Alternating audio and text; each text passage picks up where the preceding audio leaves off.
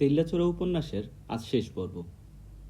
ভোরে এখনো পাখি ডাকে, কিন্তু সেই ডাকে থাকে বিষাদের সুর। সকালে সূর্য গায়ে মেখে হাল কাঁধে দল বেঁধে মাঠে যেতে দেখা যায় না চাষাদের। উঠানে দাদিকে ঘিরে ভুল্লুক কিংবা কিচ্ছা বলতে জ্বালায় না বাচ্চাদের দল। তাদের ঘরে পুরে রেখেছে গৃহিণীরা। দুপুরবেলা আর পুকুর ঘাটে যাওয়া হয় না মহিলাদের। রাতের বেলা যায় কলসি নিয়ে। বুড়ো রইসুদ্দিন গোয়াল ঘরের সামনে বসে বিলাপ করে। তার ছেলে উজানে আছে।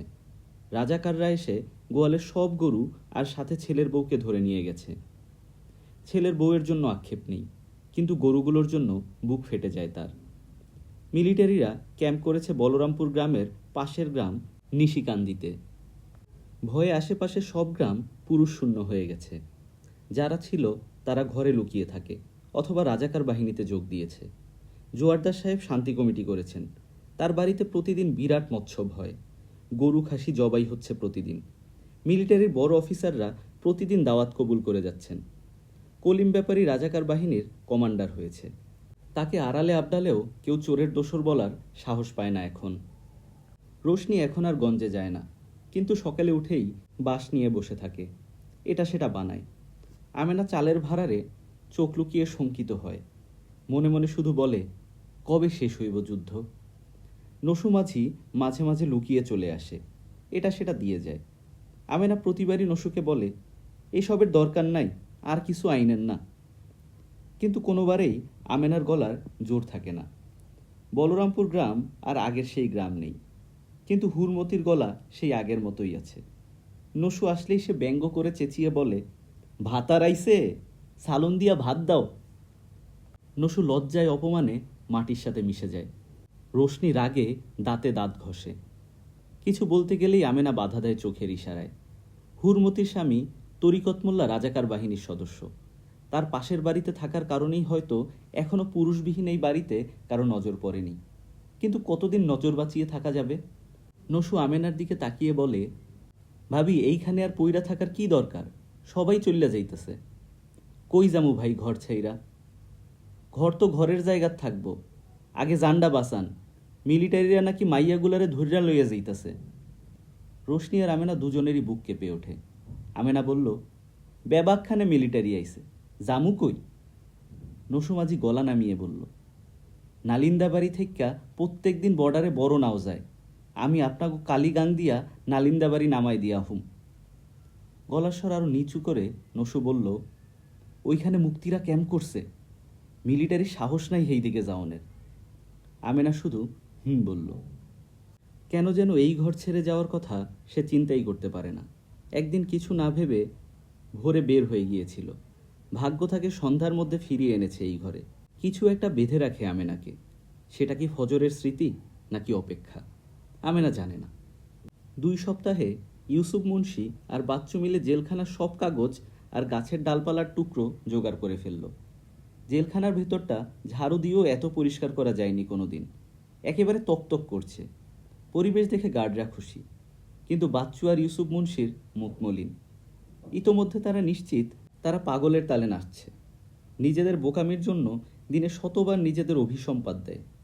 সুজন একটু সুস্থ হয়ে উঠেছে, কিন্তু রাতের বেলা জ্বরটা বেড়ে যায়। তখন সে তার বিস্মৃত প্রায় মাকে দেখতে পায়, কথাও বলে। ফজর শুধু দিন গুনছে, তার আর তর সইছে না। পায়চারি করতে থাকা প্রফেসরের কাছে মাঝে মধ্যেই অধৈর্য হয়ে জিজ্ঞেস করে, কবে? প্রফেসর ঢিল ছোড়েন উপরে, তারপর বলেন, সময় হলে। আজও পূর্ব দিকের দেয়াল ঘষে প্রফেসর পায়চারি করছেন। ফজর গোপনে 2টো ইটের টুকরা নিয়ে দিল তার হাতে, তারপর বলল, হুজুরে কয় আপনি পাগল, আপনার কত্তায় নাসা ভুল হইছে। তোমারও কি তাই মনে হয়? ফজর মাথা নিচু করে রাখল, তারপর বলল, আর কতদিন এমনে চলব? কবে যামু আমি এইখান থেকে? প্রফেসর কিছু বললেন না, একটু বিচলিতও হলেন না। চারদিকে তাকিয়ে উপরে ঢিল ছুড়লেন। দেয়ালের সাথে লাগানো ল্যাম্পপোস্টের বাতিটি আর্তনাদ করে ভেঙে গেল। তিনি ফজরের মুখে মুখ ঘুরিয়ে হাসি মুখে বললেন, আজকেই। ইউসুফ মুন্সি তার পরিবারের কথা বলছে। একটি মেয়ে, একটি ছেলে তার। মা বাবা এখনও বেঁচে আছে। মেয়েটি নাকি তার খুব নেওটা ছিল, এখন সারাদিন কাঁদে, খালি বাজান বাজান করে। আঙ্গুলের করাগুনে হিসেব করল ইউসুফ। মেয়ের বয়স 13 পার হয়েছে। মেয়ের জন্য কি নিয়ে যাবে তাই নিয়ে পরামর্শ চলছে এখন। ফজর এসে বলল, গঞ্জ দেখা শাড়ি কিনা লইয়া যাইয়েন, কিন্তু টেকা কই? ইউসুফ মুন্সি একটু চিন্তিত হয়ে গেল। তারপর তার মুখ উজ্জ্বল হয়ে উঠল। বারেকের দোয়ান থেকে বাকি নিমু, পরে শোধ দিমু। শোধের কথা আসতেই ফরজ বলল, দেশে গিয়া কি কাম করবেন? দেশে ইসলামের লইগা যুদ্ধ হইতাছে, আমিও সেই যুদ্ধে সামিল হমু, রাজাকার হমু। বাচ্চু সাথে সাথে সম্মতি দিল, বলল, ঠিক বাত, হামবি পাকিস্তানি ভাইগোলাগে লড়ুঙ্গা। সুজন ফজরের দিকে তাকিয়ে বলল, তুমি কি করবা ফজর ভাই? ফজর শূন্য চোখে তাকিয়ে বলল, জানি না কি করুম। ইউসুফ মুন্সি একটা স্নেহের ধমক দিয়ে বলল, জানি না কি আবার? তুই আমার লগে থাকবি, তুইও রাজাকার হবি। ইউসুফ মুন্সিকে শ্রদ্ধা করে ফজর। সেও মনে মনে ভাবে, যে যাই বলুক ইউসুফ মুন্সির সাথেই থাকবে সে। ইউসুফ মুন্সি সুজনের দিকে গিয়ে বলল, কি সুজন মাস্টার, চুপ কেন? তুমি কই যাইবা? সুজন তার চোখ দুটো দেয়ালের দিকে বিছিয়ে বলল, আমি মুক্তি ফৌজে জয়েন দিমু, আমি মুক্তি হমু। ইউসুফ মুন্সি যেন নিজের কানকে বিশ্বাস করল না। রাগত কণ্ঠে বলল, ইন্ডিয়ান দালালগুলা তোমাকে মগজ ধোলাই করছে, ভালামন্দ বুঝতাছো না তুমি? মুসলমানের বেটা হইয়া তুমি কেমনে মুক্তি হইতে চাও? পিঠের উপরে রাইফেলের বাটের বাড়ি কি ভুললা গেছো? এই দেশে কখনো মুক্তি গো রেহাই নাই, মরবা মরবা। সুজন দৃঢ় কণ্ঠে বলল, মরলে মরছি, মরার আগে একটা হইলেও পাঞ্জাবি মাইরা যাবো। ইউসুফ মুন্সি শ্লেষোক্ত করল, কিলের শৈলে কিল বিচারে, কিল না পাইলে উথাল পাতাল করে। রাতের বেলা সবাই গোল হয়ে বসে আছে, চাপা উত্তেজনা সবার মধ্যে। শুধু প্রফেসর স্বভাব মতো বিকার শূন্য। ইউসুফ প্রফেসরের দিকে তাকিয়ে বললে, এখন? প্রফেসর তার বইটি বন্ধ করে একটু ঝুঁকে বাচ্চুকে বলল, বিড়ি আছে? বিড়ি ধরাও। ইউসুফ মুন্সি হতবাক হয়ে বসে রইল। সে হতাশ কণ্ঠে বলল, এখন কি বিড়ি খাওয়ানোর সময়? এই তালা ভাঙ্গা বাইরমু কেমনে? কাগজ টাগজ কি চাবাইতে আনাইছেন? প্রফেসর বলল, বিড়ি ধরালেই তালা খুলবে। ইউসুফ বিরক্তি মাখা কণ্ঠে বলল, কি আজগবি কথা। বাচ্চু বিড়ি ধরালো, 2 টান দিয়ে ভুস ভুস করে দোয়া ছাড়ল। প্রফেসর হাত বাড়িয়ে বিড়ি চাইল। ফজর খুব বিস্মিত হলো। প্রফেসরকে কখনো বিড়ি খেতে দেখেনি সে। প্রফেসর বিড়িটি হাতে নিয়ে কাগজের স্তূপে ফেলে দিলেন। কাগজের মধ্যে কোথায় যেন বিড়িটি হারিয়ে গেল, কিন্তু কিছুক্ষণের মধ্যে একটি লাল আভা জানালো। বিড়ির জীবন এখনো শেষ হয়নি। লাল আভাটা কাগজ ফুঁড়ে লাল জিব্বা বের করল। আগুন জ্বলে উঠল। শুকনো কাঠ পেয়ে আগুনের মাত্রা বেড়ে গেল। বাচ্চু চিৎকার করছে। প্রফেসর সবাইকে এক কোণে টেনে নিয়ে গেল। বলল, যখন গার্ডরা তালা খুলে আগুন নেভাবে, তোমরা শুধু আমাকে অনুসরণ করবে। অন্ধকার ঘরটিতে আলোর ঢেউ খেলতে লাগলো। চারদিক থেকে চিৎকার চেঁচামেচি শুরু হয়ে গেল। আলুথালু বেশে সদ্য ঘুম ত্যাগ করা গার্ডরা হতচকিয়ে গেল আগুন দেখে। আগুনটা প্রায় ফজরদের ছুঁয়ে ফেলেছে। গার্ড তাড়াতাড়ি চাবি ঢুকিয়ে গারদ খুলে ফেলল। হুড়মুড় করে বেরিয়ে এলো 5 জন। গার্ড আবার দৌড় দিল, পাগলা ঘন্টা বাজাতে অথবা আগুন নেভানোর জন্য সাহায্য আনতে। সে প্রায় হিতাহিত জ্ঞান শূন্য। প্রফেসর দৌড়াতে শুরু করল, তার পেছনে বাকিরা। তার প্রাণপণে দৌড়ে পূর্ব দেয়াল ঘেঁষে দাঁড়ালো। অন্য সময় হলে তাদের স্পষ্ট দেখা যেত, কিন্তু এই দেয়ালের পাশে ল্যাম্পটি আজ দুপুরেই চূর্ণ হয়ে গিয়েছে। অন্ধকারের ছায়ায় আশ্রয় নিল তারা। ফজর হাঁপাতে হাঁপাতে জিজ্ঞেস করল, এখন কি করুম? প্রফেসর গলা নিচু করে বলল, দেয়ালের ওই পাশে মহিলা গার্ড, সেখানে কোনো কয়েদি নেই, কিছু সৈন্য থাকে। পাগলা ঘন্টা বাজার সাথে সাথে তারা মেইন গেটের দিকে চলে যাবে। তখন মহিলা ওয়ার্ডের উত্তর দিকে দেয়াল পার করতে হবে। দেয়ালের পাশেই সুপারি গাছ আছে। দেয়ালের ওই পাশেই জেল জীবনের সমাপ্তি।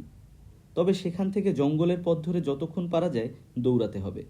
যুদ্ধের সময় জেল পালানো কয়েদিদের খোঁজার জন্য খুব বেশি ঝামেলা করবে না কেউ। এখন ভেতরে আর বাইরে তেমন পার্থক্য নেই। একটা ছোট কারাগার আর একটা বড় কারাগার। ইউসুফ মুন্সি ভ্রু নাচিয়ে ফিসফিস করে বলল, সবই বুঝলাম, তো এই উঁচা দেয়াল পার হমু কেমনে? এইখানে তো কলা গাছও নাই। প্রফেসর বলল, দেয়াল খুব বেশি উঁচু না, 12 ফিট হবে। একজনের কাঁধে ভর দিয়ে পার হওয়া যাবে। ফজর জিজ্ঞেস করল, যে শেষে যাইব সে কার কান্দে খাড়াইব? প্রফেসর একটা দীর্ঘশ্বাস ছেড়ে বলল, যে শেষে থাকবে সে যাবে না। সুজন আঁতকে উঠল। সে বলল, না, আমি থাকুম না। প্রফেসর হেসে বলল, তোমার চিন্তা নাই, তুমি সবার আগে যাবে, আমিই যাব না। সুজন স্বস্তি পেল। বাচ্চু, ইউসুফ আর ফজর হতবাক হয়ে গেল। ইউসুফ মুন্সির মনে এই প্রফেসরের মানসিক অসুস্থতা নিয়ে আর কোনো সন্দেহ রইল না। কেউ কিছু বলল না। কেউ চায় না প্রফেসরের সিদ্ধান্ত পরিবর্তন আসুক। শুধু ফজর একটু ব্যথিত হলো। একদল গার্ড পানি বালি নিয়ে দৌড়াতে লাগলো। এরই মধ্যে পাগলা ঘণ্টা বিকট শব্দে বেজে উঠেছে। শব্দহীন রাত্রিতে শব্দটা দানবের মতো শোনাচ্ছে। একে একে সুজন, বাচ্চু, ইউসুফ পার হয়ে গেছে ফজরের কাঁধে পা রেখে। এখন ফজরের পালা, কিন্তু সে নড়তে পারছে না। প্রফেসরের দিকে তাকিয়ে বলল, কেন স্যার, আপনি যদি না যাইবেন তাইলে এত কিছু কেন? প্রফেসর কিছু বলতে পারল না, বলার সাধ্যও নেই। এই জেলখানা থেকে বের হওয়ার ইচ্ছা নেই তার। বাইরের পৃথিবীতে সে খুনি, আর জেলখানায় সে পাগল।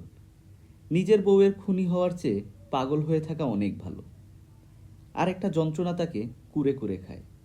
একটি সত্য যা সে ভুলতে চায়, যে সত্যকে ঢাকার জন্য সে নিজের বউকে খুন না করেও খুনি হয়েছে। সবাই জানে তার বাবা ছেলের এই অপরাধ সইতে না পেরে আত্মহত্যা করেছে, কিন্তু একমাত্র প্রফেসর এবং তার বাবাই জানে কি অপরাধী। প্রফেসর তার বাবাকে পৃথিবীর সবচেয়ে মহান মানুষ ভাবত। সেই বাবাই কিনা বিকৃত রুচির মানুষ।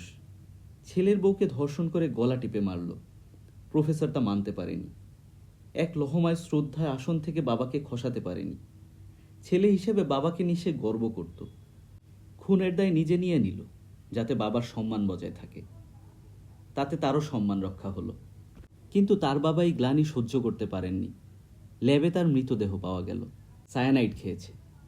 ফজর আলীর প্রতি প্রফেসরের একটা মায়া আছে, কারণ তারা দুজনেই নিকট আত্মীয় সম্মান মর্যাদার জন্য জেলে এসেছে। একজন খুন না করেও খুনি হয়েছে, একজন চুরি না করেও অপরাধী হয়েছে। একজন নিজের পরিচয় ত্যাগ করেছে পিতার জন্য, আর একজন পুত্রের জন্য। প্রফেসর ফজরের দিকে আদেশের সুরে বলল, আমি বসছি, তুমি আমার কাঁধে দাঁড়াও। এত বড় বেয়াদ্দপি আমি কেমনে করি স্যার? প্রফেসর ধমক দিয়ে বললেন, বেশি কথা বলো না, সময় কম, তাড়াতাড়ি করো। ফজর দ্রুত হাঁটু ভাঁজ করে প্রফেসরের পা ছুঁয়ে নিল। মাথা নিচু করে বলল, যেই হাত দিয়ে আপনারে পা ছুঁইছি, সেই হাতটা আমি আমার পোলার কপালে ছোঁয়ামু, সেও যাতে আপনার মতো মানুষ হইতে পারে। প্রফেসর তার আবেগ দমন করে আবারও তাড়া দিল। ফজর সাবধানে প্রফেসরের কাঁধে পা দিয়ে দাঁড়ালো। তার চোখ বেয়ে জলের ধারা নেমেছে। দেয়ালের ওই পাশে নামার আগে সে প্রফেসরের দিকে তাকালো। একই সাথে চোখে জল এবং প্রশান্তি হাসি দেখতে পেল সে প্রফেসরের মুখে। পাগলা ঘণ্টা তখনও বেজে চলছে, আসলেই উন্মাদের মতো বাজছে। মহিলা ওয়ার্ডের দেয়াল ডিঙিয়ে বড় রাস্তা পার হয়ে ঝোপঝাড় ভর্তি জঙ্গলে ঢুকলো তারা। অন্ধকারে উল্কার মতো ছুটে চলেছে চারটি মানুষ। কাটার ঝোপে চামড়া ছিঁড়ে রক্ত ঝরছে। সাপ খোপ সমৃদ্ধ জঙ্গলে ভয় মারিয়ে তারা বোধহীনভাবে দৌড়াচ্ছে শুধু। তাদের পেছনে তাড়া করা একঘেয়ে ঘণ্টার শব্দটি ধীরে ধীরে মিয়ে গেল। দাওয়ায় বসে একটা নেড়ি কুকুর তার ঘা চাটছে। আমেনা দরজা খুলতেই সেটা ভয়ার্ত চোখে তাকিয়ে উঠানে নেমে তার ঘা চাটা অব্যাহত রাখল। মজিদার রোশনি এখনো ঘুমিয়ে আছে। এখন আর গঞ্জে যেতে হয় না। আমেনা বসে বসে স্মৃতিচারণ করে। ফজর আলী নাক ডেকে ঘুমাতো, সে ঘর ঝাড়ু দিত। মজিদ লাটিম নাটাই নিয়ে সারাদিন ব্যস্ত। সে দিনগুলোতেও আমেনার মনে হাজারটা অপ্রাপ্তি ছিল, অভিযোগ ছিল, দুঃখ ছিল, হয়তো একটুখানি সুখও ছিল। কিন্তু এখন চিন্তা করলে সেই একটুখানি সুখী অপ্রাপ্তি, অভিযোগ দুঃখগুলোকে ছাড়িয়ে যায়। কুকুরটার চিৎকারে আমেনার ধ্যান ভঙ্গ হলো। লুঙ্গির সাথে খাকি শার্ট পরা দুজন লোক এসেছে। তাদের ঘাড়ের উপর দিয়ে রাইফেলের নল দেখা যাচ্ছে। তাদেরকে একজন কুকুরের পিঠে লাথি বসিয়ে দিয়েছে। অস্ত্র পিঠে থাকলে মানুষের পা শিরশির করে, শুধু লাথি দিতে ইচ্ছা হয়। আমেনার বুকটা ধক করে কেঁপে উঠল। এক দৃষ্টিতে চোখ বুলিয়েই লোকগুলোর লালসা পরিসংখ্যান করে নিল আমেনা। ঘোমটার মাথা উঠিয়ে দিয়ে একটু আড়াল করে বলে বসল, আপনারা কারে চান? দুজনের মধ্যে পেট মোটা লোকটি বলল, ঘরে পুরুষ মানুষ আছে? আমেনা সসংকোচে বলল, না, ঘরে পুরুষ মানুষ নাই। আপনারা কার কাছে আইছেন? পেটমোটা লোকটা নিতান্ত আপন ঘরের মতো দাওয়ায় বসে পড়ল। বলল, পুরুষ মানুষ নাই হেইডা জানি, সোনা দানা কিছু আছে? আমরা গরিব মানুষ, খানা দানাই পাই না, সোনা দানা পামু কই? খানা দানা নাই তো কি হইছে? গন্নি মান্নি লোকেরা কি মরছে নাকি? তারা তোমাগো দেখব। কলিম ব্যাপারী খবর পাঠাইছেন, তোমাগো নিয়ে যাইতাম। খানা দানা সোনা দানা সব কিছুর ব্যবস্থা হইব। ঘরে আরেকটা মাই আছে না, হে কই? আমেনার মাথা ভন ভন করে ঘুরতে লাগলো। সে কিছু বলতে পারছে না।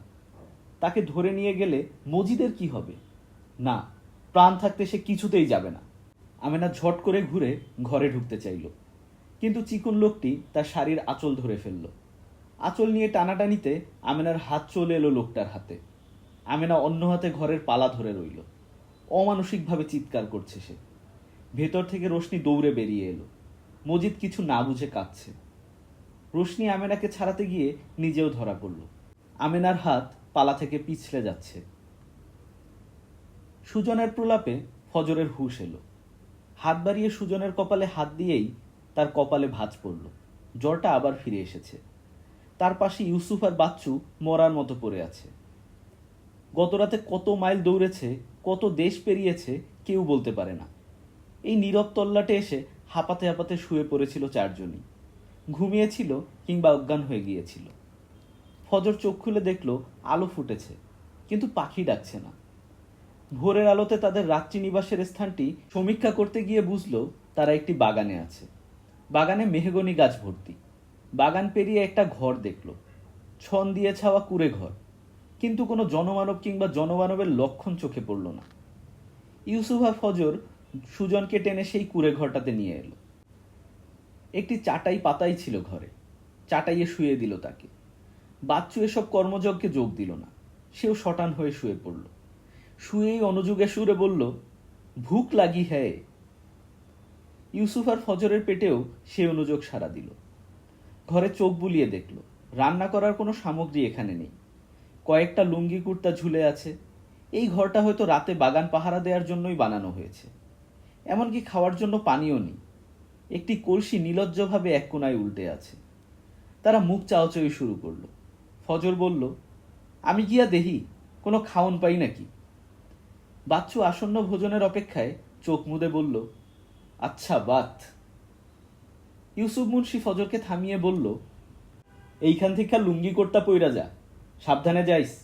কেউ জিগাইলে কবি মুসাফির। ফজর ইউসুফ মুন্সির উপদেশ খুব ভালো করে মাথায় ঢুকিয়ে নিয়ে সন্তর্পণে এগোতে লাগলো। নিজের মুসাফির পরিচয় দেওয়ার মতো কাউকে পাচ্ছে না সে। একটা মাঠ পেরোলো। মাঠে দাঁড়িয়াবান্ধা খেলার জন্য দাগ কাটা আছে, কিন্তু কোনো খেলোয়াড় নজরে এলো না। হাঁটতে হাঁটতে খালের পাড়ে চলে এলো সে। সুদূরে দৃষ্টি দিয়ে অবাক হয়ে গেল সে। অন্ধকার কালো নির্জীব এক গ্রাম দেখা যাচ্ছে, যেন গ্রাম নয়, গভীর নদীর কালো পানিতে গ্রামের ছায়া। ফজর হাঁটতে হাঁটতে পুরা ঘরগুলি দেখছিল। কিছু কিছু ঘরের সামনে তুলসী গাছের বেদি এখনো অক্ষত আছে। এই কয়েকটা তুলসী গাছ ছাড়া গ্রামে জীবন্ত কিছু চোখে পড়ল না। এগুতে এগুতে পচা বোটকা একটা গন্ধ নাকে ধাক্কা মারল। ফজর বুঝল না গন্ধটাকে এড়িয়ে গিয়ে আরো কাছে চলে যাচ্ছে সে। বুকটা ধরাস করে উঠল তার। জামরুল গাছের নিচে ঠেস দিয়ে আছে একটি উলঙ্গ মহিলা। তার পরনে শুধু চুলের সিঁথিতে দেয়া লাল সিঁদুর ছাড়া আর কিছুই নেই। কয়েকটি মাছি মহিলাটির নাকের সামনে ভন ভন করছে। আরো কয়েকটি মাছি বুকের স্তনহীন ক্ষতে। দুদিন পুরনো এই লাশ থেকেই গন্ধ ছড়াচ্ছে। ফজর চিৎকার করে ছুটে চলছে লাশটি থেকে যত দূরে যাওয়া যায়, কিন্তু চোখ বন্ধ করলেই মহিলাটির ছবি ভেসে উঠছে। হাজার মাইল দৌড়েও মনের ভেতর থেকে এই বিভীষিকা থেকে দূরে যেতে পারবে না সে। ছুটতে ছুটতে কিছু একটার সাথে তার পা ধাক্কা খেয়েছে। সামলাতে না পেরে হুমড়ি খেয়ে পড়ল সে। মাথা তুলে দেখল নির্জীব একটা ৮-৯ বছরের ছেলে স্থির দৃষ্টিতে তার দিকে তাকিয়ে আছে। ছেলেটির বুকে কালচে রক্ত। লাফ দিয়ে উঠে দাঁড়ালো সে। চারদিকে তাকিয়ে দেখল। এক লাশ থেকে ছুটে পালিয়ে সে লাশের মিছিলে এসে পৌঁছেছে। চারদিকে লাশ আর লাশ, তাজা লাশ, গলা লাশ। কোনো লাশের চোখ খোলা, কোনো লাশের চোখই নেই। শিশু লাশ, বুড়ো লাশ, নারী লাশ, পুরুষ লাশ, সবাই একসাথে শুয়ে আছে। আবার ছুটতে লাগলো ফজর। মনে হচ্ছে অনন্তকাল ধরে ছুটছে সে, কিন্তু লাশের মিছিল সে পার হতে পারছে না। দরজায় বিধ্বস্ত ফজরকে দেখে ইউসুফ আর বাচ্চু দুজনেই চমকে উঠল। সুজনের জ্ঞান থাকলে সেও চমকে উঠত। ফজর শীতল গলায় বলল, খাওন নাই, লাশ আছে।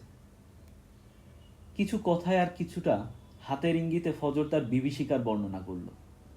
ইউসুফ মুন্সির মনে কোনো সন্দেহ রইল না এই জুলুম মুক্তিদের কাজ।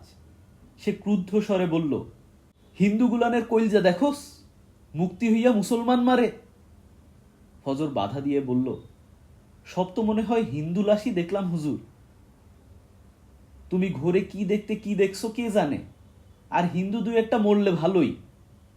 বাচ্চু অসহিষ্ণু হয়ে উঠল। শোয়া থেকে উঠে বলল, ইসব আলাপের গুষ্টি কিলাতা হো, ইধার সে চলেন জায়গা, ভুক লাগা হে। ফজর বলল, সুজন মাস্টারের জ্বর কমলে জামুনে, এখন তো হে উঠা খাড়াইতেই পারবো না। বাচ্চু সুজনের দিকে খুব বিরক্ত হয়ে তাকালো। ইসকে লিয়ে হাম কিউ মারে, আমার ভুকে জান বাহির হতা হে, কেউ না গেলে আমি একলা যায়েঙ্গা। ইউসুফ মুন্সি বাচ্চুর মূল সুর এড়িয়ে তার দিকে তাকিয়ে বলল, এই ভুলভাল উর্দু কথা কও কেন? বাঙালি হইয়া তুমি কেন পাঞ্জাবি সাজতে চাও? হয় এক্কেরে উর্দুতে কথা কও, নাইলে বাংলায় কও, নইলে চুপ থাইকো। কেউ যেন বাচ্চুর পরিধেয় কেড়ে নিল। বাচ্চু যেন জনসম্মুখে উলঙ্গ হয়ে গেল। সে ভাবত তার উর্দু দক্ষতায় সবাই বিমোহিত এবং তার প্রতি সবার মনে একটা সম্ভ্রমের সিংহাসন হয়ে গেছে। এভাবে সিংহাসন বিচ্যুত হয়ে নগ্ন হয়ে যাওয়াতে সে যতটা না লজ্জা পেল, তার চেয়ে বেশি হলো ক্ষুব্ধ। সে ইউসুফ মুন্সির দিকে অগ্নিদৃষ্টি দিল। চোখ দিয়ে যদি সত্যি আগুন বের হতো, এতক্ষণে সে আগুনে ইউসুফ মুন্সি ভস্ম হয়ে যেত। ইউসুফ মুন্সি বহাল তবিয়তে বসে আছে। ফজরও ইউসুফ মুন্সির কোনো প্রতিবাদ করেনি। বাচ্চু আর কিছু বলল না, হন হন করে ঘর থেকে বেরিয়ে গেল। বের হয়ে যাওয়ার সময় অভিশাপ দিয়ে গেল, মরতম বাঙালি লোক। ফজরের ধারণা ছিল বাচ্চু ফিরে আসবে কিছুক্ষণ পর, কিন্তু বাচ্চু ফিরল না। ইউসুফ মুন্সি কোথা থেকে কাঁচা এক কাঁদি কলা নিয়ে এসেছে। আগুন জ্বালিয়ে সেগুলো পুড়ে খেলো দুজন। সুজনকেও খাওয়ালো, কিন্তু সুজন খুব বেশিক্ষণ তা পেটে রাখতে পারল না, বমি করে দিল। জ্বর বাড়ছেই তার, কপালে হাত রাখলে হাত পুড়ে যায় অবস্থা। ফজর কাপড় ভিজিয়ে পানি পট্টি দিল কপালে, কিন্তু কোনো লাভ হলো না, জ্বর কমে না। রাতে ফজর বসে বসে কিভাবে বলরামপুর যাবে সেই চিন্তাই করছে। ইউসুফও হয়তো বাড়ি ফেরার কথা চিন্তা করছে। সুজনের গলার শব্দে দুজনেরই ধ্যান ভঙ্গ হলো। ফজর সুজনের কপালে হাত দিয়ে দেখল জ্বর কমেনি। সুজন বলল, কেমন ঝমঝমাইয়া বৃষ্টি নামছে। ফজর বৃষ্টির কোনো আলামত দেখল না। সুজনের চোখগুলো কেমন ঘোলাটে দেখাচ্ছে। সুজন ফজরের দিকে তাকিয়ে কাতর ভরা গলায় বলল, আমি মরিয়া জামু, তাই না ফজর ভাই? না মরবা কেন, তুমি আমার লগে আমার বাইত যাইবা, আমেনার হাতে শাপলা সালুন তোমারে খাওয়ামু, তখন বুঝবা বেহেস্তিখানা কি জিনিস। না ভাই, আমি মুক্তি হমু। তুমি মুক্ত হনের লইকে এত ফাড়াফাড়ি লাগাইছো কেন? ভাই আমি দেখছি, আমদানি ঘরে যখন মুক্তি গো গুল্লি করে তখন চোখ বাইন্দা দেয়। গুলি চলনের আগে তার শরীরে সব শক্তি দিয়ে একটা কথা কয়, হুইন্না পশম খারাইয়া যায়। কি কয়? জয় বাংলা। তুমি দেহ নাই ভাই, মরণের পরেও তো গো মুহে কেমন মায়া লাগিয়া থাকে। মনে হয় মার কোলে মরছে। আমিও মার কোলে মরবার চাই গো ভাই। মার কথা ভুললে গেছি, মায়েরে মনে করবার চাই। আমি মুক্তি হমু ভাই। ফজর সান্ত্বনা সুরে বলে, আইসা ওইবা, এখন ঘুমাও ভাই। না ভাই, তুমি আমারে কও, ভালা কইরা কও, আমি মুক্তি হমু। আমার পোলারে কসম দিয়া কও, আমি মুক্তি হমু। ফজর মাথা নিচু করে রইল। তা দেখে সুজন যেন আরো খেপে গেল।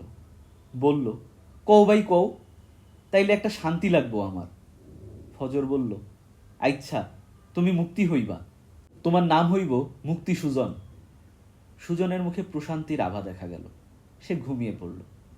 ইউসুফ মুন্সি বিরক্ত হয়ে ফজরকে বলল, যেই কথা রাখতে পারবা না সেই কথা দিলা কেন?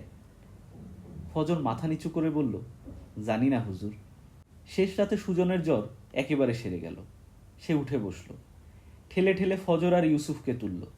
হাসি মুখে বলল, খুব ভালো লাগতাছে এখন, সকাল সকাল বাইর হইয়ে যামু আমরা, নালিন্দাবাড়িত মুক্তিগো ক্যাম্প আছে, সেই দিকে গিয়া নাম লেহামু। ইউসুফ মুন্সির খুব বিরক্ত লাগছে এসব শুনতে। সে বিরক্ত হয়ে শুধু বলল, জয় বাংলা তোমার মাথা খাইছে। ফজর হাসি মুখে বলল, ঠিক আছে, বেন্যারটা বেন্যা দেহন যাইব, অহন একটু ঘুমাও, শরীরটা বাজে পড়ুক। সুজন শুয়ে পড়ল। ভোর হওয়ার আগেই সুজনের গায়ে প্রচণ্ড জ্বর এলো। এলোমেলো বকছে সে, শুধু মা মা করছে। ফজর আলী কপালে হাত দিয়ে ভয় পেয়ে গেল, পানি পট্টি দিল আবার। সুজন এর মধ্যে দুবার বমি করেছে, পেটে কিছু নেই তার, তবুও বমি হয়েছে। মাকে ডাকতে ডাকতে সূর্য ওঠার আগেই মারা গেল সুজন। সকাল আর দেখা হলো না তার। ইউসুফ মুন্সি সুজনের জানাজা পড়ালো, তার পেছনে ফজর। ফজর আবার কোদাল হাতে নিল, আবার কবর খুলল সে। সুজনকে শুয়ে দিয়ে তারা বেরিয়ে পড়ল। বৃষ্টিতে পথে ঘাটে মাঠে সবখানে প্যাচ প্যাচে কাদা জমেছে। কাদামাখা পথ মারিয়ে তারা হেঁটে চলছে। পথের বুকে পদচিহ্ন এঁকে তারা এগিয়ে চলছে।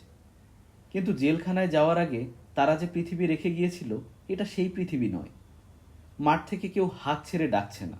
পাশের গ্রাম দিয়ে যাওয়ার সময় বাচ্চাদের কান্না আর মায়েদের শাসন শোনা যাচ্ছে না। রাস্তায় বৃদ্ধারা অকারণ কৌতূহল দেখিয়ে জিজ্ঞেস করছে না, কেডা গো তোমরা, কোন বাড়ির কুটুম? সবকিছু কেমন যেন অসম্ভব নীরব আর নিস্তব্ধ।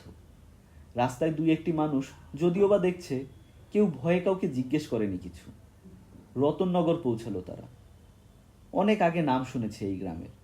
জেলার সবচেয়ে বড় হাট বসে রতননগরগঞ্জে। হাটের দিন নাকি বড় বড় মানুষরাও হারিয়ে যায় এই গঞ্জে। হাটের দিন ছাড়াও প্রতিদিনই ভিড় লেগেই থাকে। স্টিমার ঘাট আছে একটা গঞ্জের পাশেই।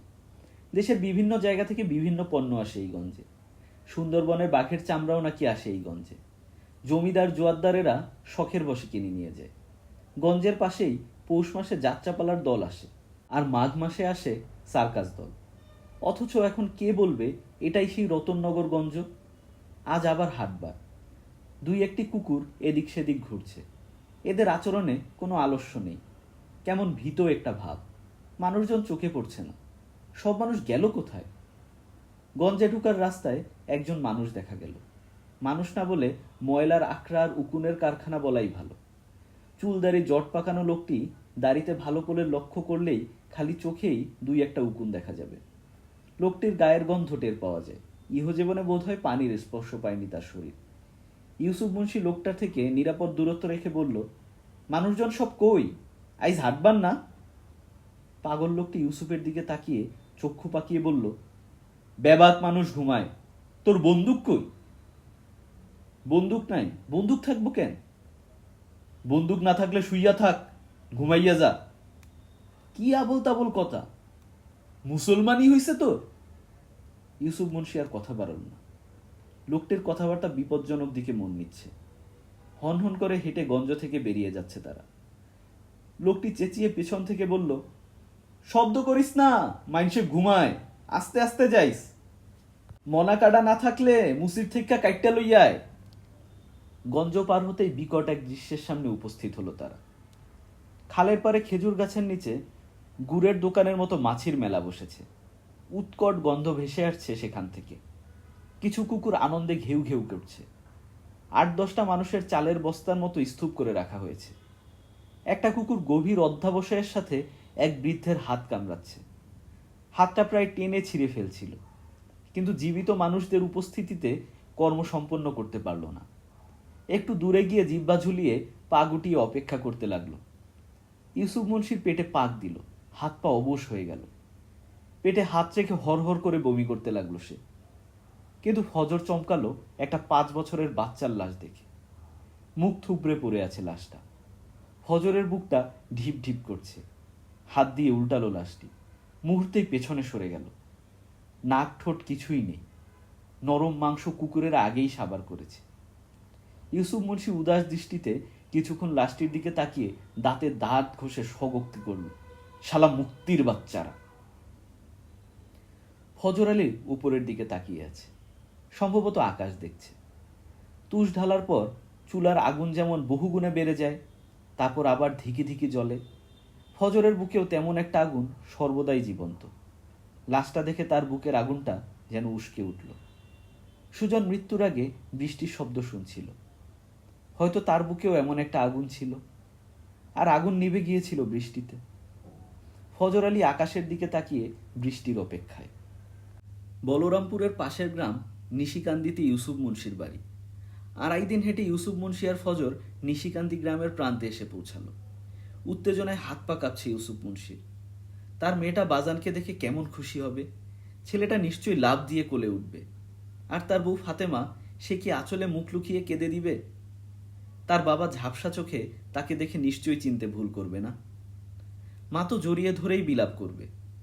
মসজিদের পেছনে হিজল বনের পাশ দিয়ে যাওয়ার সময় কে যেন ইউসুফকে ডাকল। ইউসুফ গলা শুনেই বুঝল তার বৃদ্ধা মায়ের গলা। হিজল বনের ভেতর থেকে মায়ের গলা শুনে অবাক হয়ে গেল সে। দিনের বেলাতে এই বনে কেউ যায় না, এইখানে খারাপ জিনদের বসবাস। কিন্তু মায়ের ডাককে অগ্রাহ্য করতেও পারছে না সে। ভেতর থেকে অনেকগুলো গুমুট ফিসফাস শব্দ ভেসে আসছে। ইউসুফ মুন্সি সূরা ইউনুস পরে বুকে ফু দিয়ে ভেতরে ঢুকল। তার মা এসে তাকে জড়িয়ে ধরে ফুপিয়ে কেঁদে উঠল। ইউসুফ অবাক হয়ে লক্ষ্য করল গ্রামের অনেক মানুষ এখানে জমায়েত হয়েছে। ভয়ার্ত দৃষ্টিতে তারা তাকিয়ে আছে। প্রচণ্ড বিপদে কেউ কেউ অভ্যাস মতো ঘুমিয়ে গেছে। মরলে ঘুমের মধ্যেই মরতে চায় তারা। ইউসুফের বৃদ্ধা মায়ের পাশে তার 9 বছরের ছেলেটিও আছে। সে তার বাজানকে দেখে অবাক হয়েছে, কিন্তু খুশি হয়েছে কিনা বোঝা যাচ্ছে না। বৃদ্ধা পুত্র দর্শনে আবেগে তাড়িত হয়ে কাঁদতে বসে গেল। কান্নাটা একটু জোরে পেতেই সবাই মৃদু ধমক দিয়ে থামিয়ে দিল। ইউসুফ তার মাকে বলল, কি হইছে মা? বেবাক মানুষ এই জিনের রাস্তা নাই কেন? বাবা গো, জানোয়ারের দল এসে সব জ্বালাইয়া দিছে। আজ মুরগাল্লাহান মানুষ মারতাছে। ইউসুফের চোখে এক রাশ রক্ত এসে ভর করল। বলল, মুক্তিরা এইখানেও আইয়া পড়ছে? ইউসুফ মুন্সির মা পুত্রের কথা শুনে অবাক হয়ে গেল। কথার সুরটা ধরতে পেরে বলল, মুক্তি না রে বাজান, পাকি জানোয়ারেরা সব জ্বালাইছে। মুক্তিরা তো সব আমাগো পোলা পাই। ইউসুফ কথাগুলো হজম করতে পারল না। মাথার উপর আকাশটা যেন খান খান হয়ে ভেঙে গেল। মায়ের কথাগুলো নিজেই মনে 2-1 বার আউড়ে নিল। ভুল শোনেনি তো সে?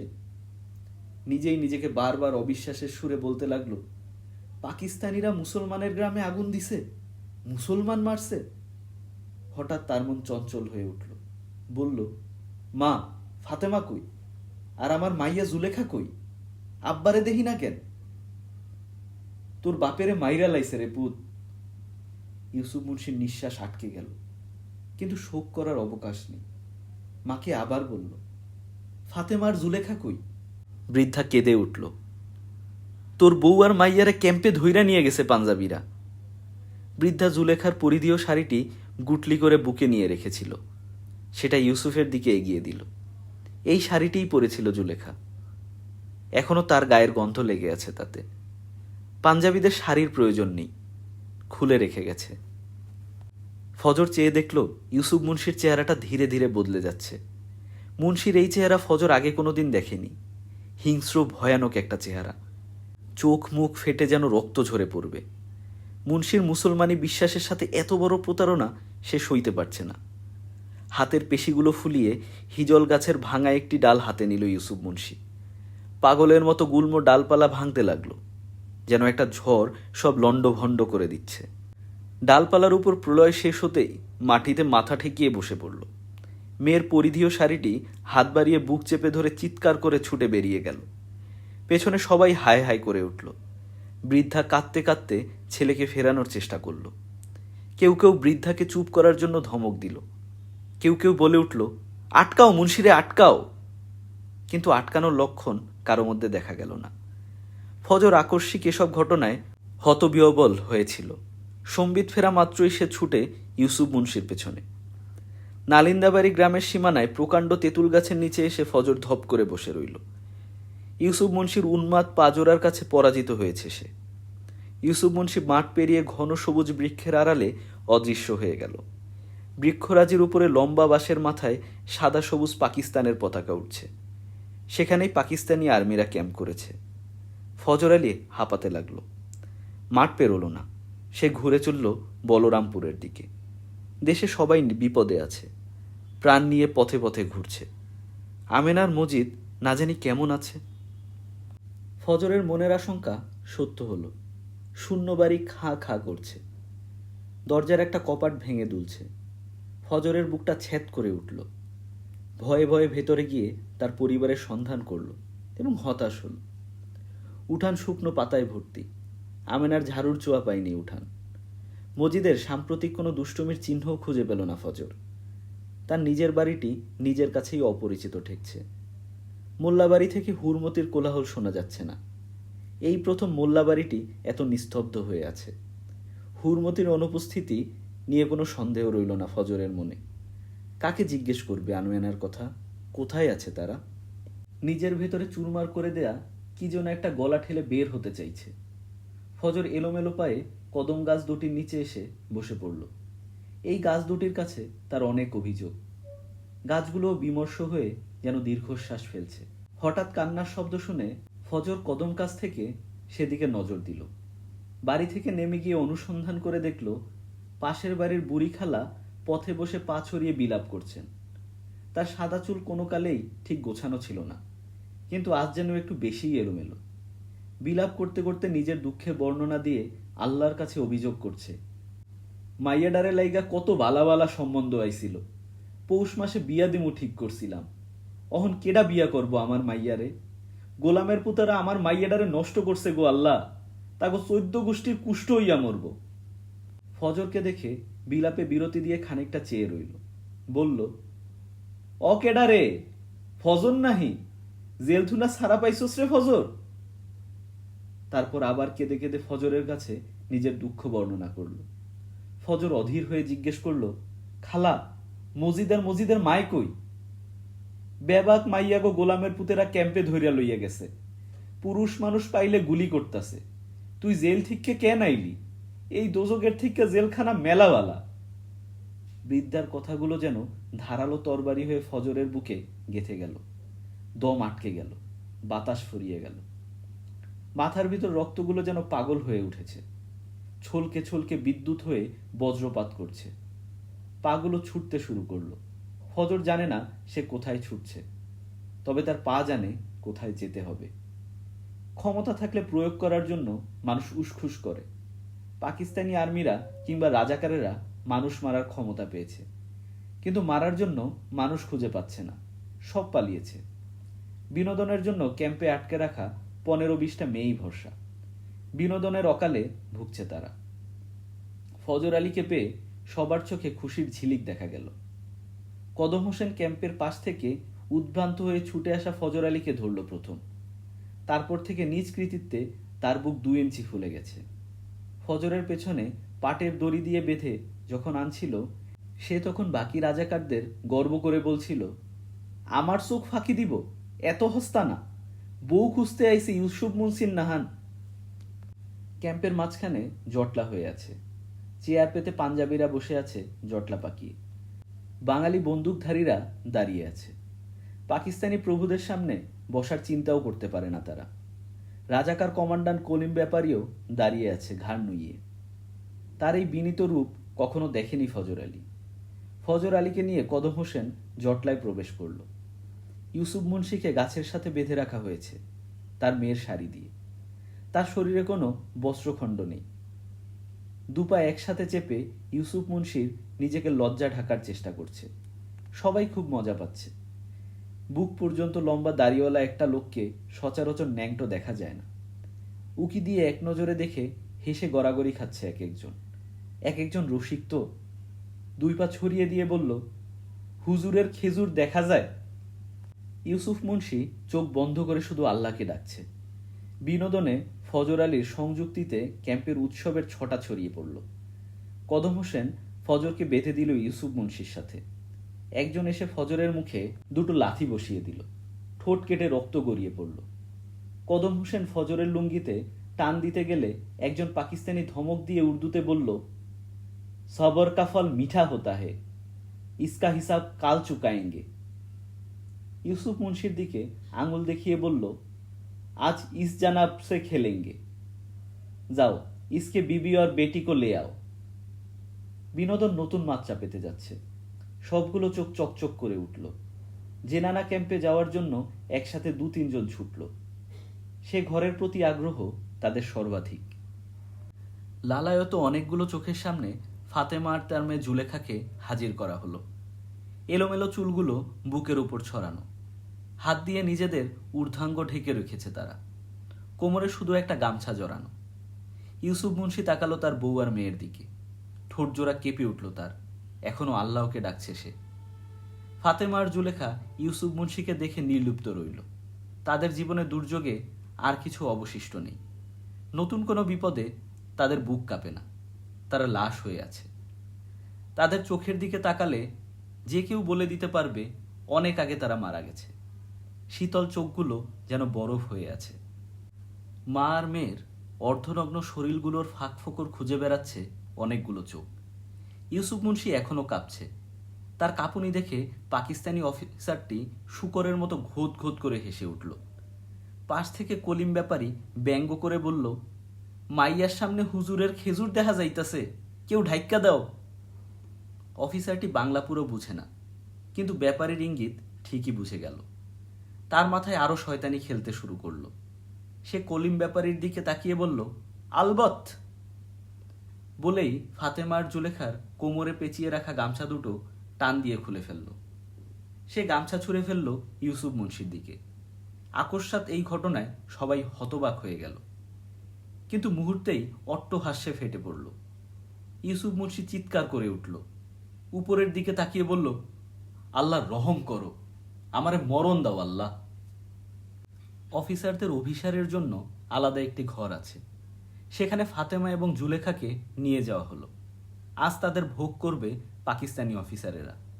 সবচেয়ে বড় অফিসারটি ঘোষণা দিল, আগামীকাল সকালে মাওমের সামনেই ইউসুফ মুন্সিকে জবাই করা হবে। পাকিস্তানিটি রাত্রিকালীন সেবা গ্রহণের জন্য অভিসার ঘরে চলে গেল। তার ভাগ্যে ঈর্ষা করতে করতে সৈন্যরা এবং রাজাকারের দল জেনানা ক্যাম্পে সুযোগ খুঁজতে গেল। তবে সকলেই অপেক্ষা করতে লাগলো সকালের। নারী ভোগের চেয়ে মানুষ জবাই কোনো অংশে কম উত্তেজনার নয়। ইউসুফ মুন্সিকে যেখানে বাধা হয়েছে তার ঠিক পাশেই সেই অভিসার ঘর। একজন একজন করে অফিসার সেখানে ঢুকছে।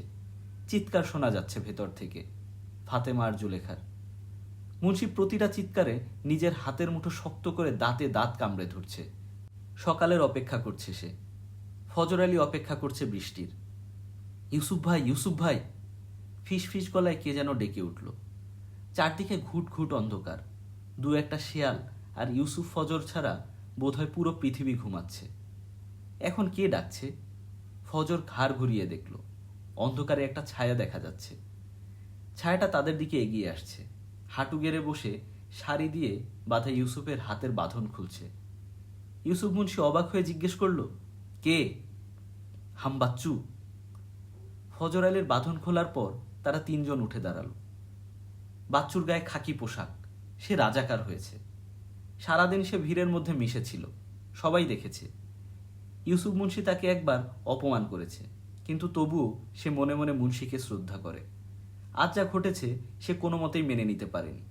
আবার সাহসে কুলায়নি কিছু করার। রাতের আধারেই এসেছে তাকে মুক্ত করতে। ঠোঁটে আঙ্গুল রেখে ইশারায় উচ্চস্বরে কথা বলতে নিষেধ করল বাচ্চু। ইউসুফের হাতে তখনও তার মেয়ের শাড়ি জড়িয়ে আছে। ইউসুফ মুন্সি বাচ্চুকে কিছু বলতে যাচ্ছিল, তার আগেই বাচ্চু আরও একটি শাড়ি ইউসুফ মুন্সির হাতে তুলে দিয়ে বলল, দুনোকে লইয়া ভাইগা যান। ইউসুফ মুন্সি শাড়ি দুটো নিয়ে দূর দূর বুকে সেই ঘরের দরজা একটু ফাঁক করল। ভেতরে এখনো ফাতেমা আর জুলেখা জেগে আছে। দরজা খুলতেই তারা নতুন আতঙ্কের জন্য অপেক্ষা করতে লাগলো। ইউসুফ মুন্সি ভেতরে না ঢুকে শাড়িগুলো ভেতরে ছুঁড়ে বলল, পইরা বাইর হইয়া আসো। ফজর আলী বাচ্চুকে বলল, আমার বউরে নাকি ধইরা আনছে, লগে আমার পোলাডারেও আসিল। বাচ্চু ভাই, তুমি কিছু করো। বাচ্চু বিরক্ত হয়ে গেল। বাঙালি কি খাসলাত খারাপ, বইতে দিলে হুইতে চাতাহে। নিজের জান লইয়া ভাগ যাও, বিবি কা চিন্তা বাদ দাও। ও তোমারা বিবি নেহি হে, যুদ্ধের সময় পাকিস্তানি আদমি কা বিবি হে। ফজর আলীর মাথায় কি যেন হলো। কোথা থেকে সে তার মধ্যে বুকে এমন সাহস চলে এলো সে জানে না। বাচ্চুর খাকি শার্টের কলারটা দুই হাতে জোরে চেপে ধরল। শালা বেটা পাঞ্জাবি গো দালাল, গলা টিপ দিয়া জিবলি বাইর কইরা ফেলমু। তোর পাঞ্জাবি বাপগো এখন ডাকতেও পারবি না, ডাকলেও মরবি।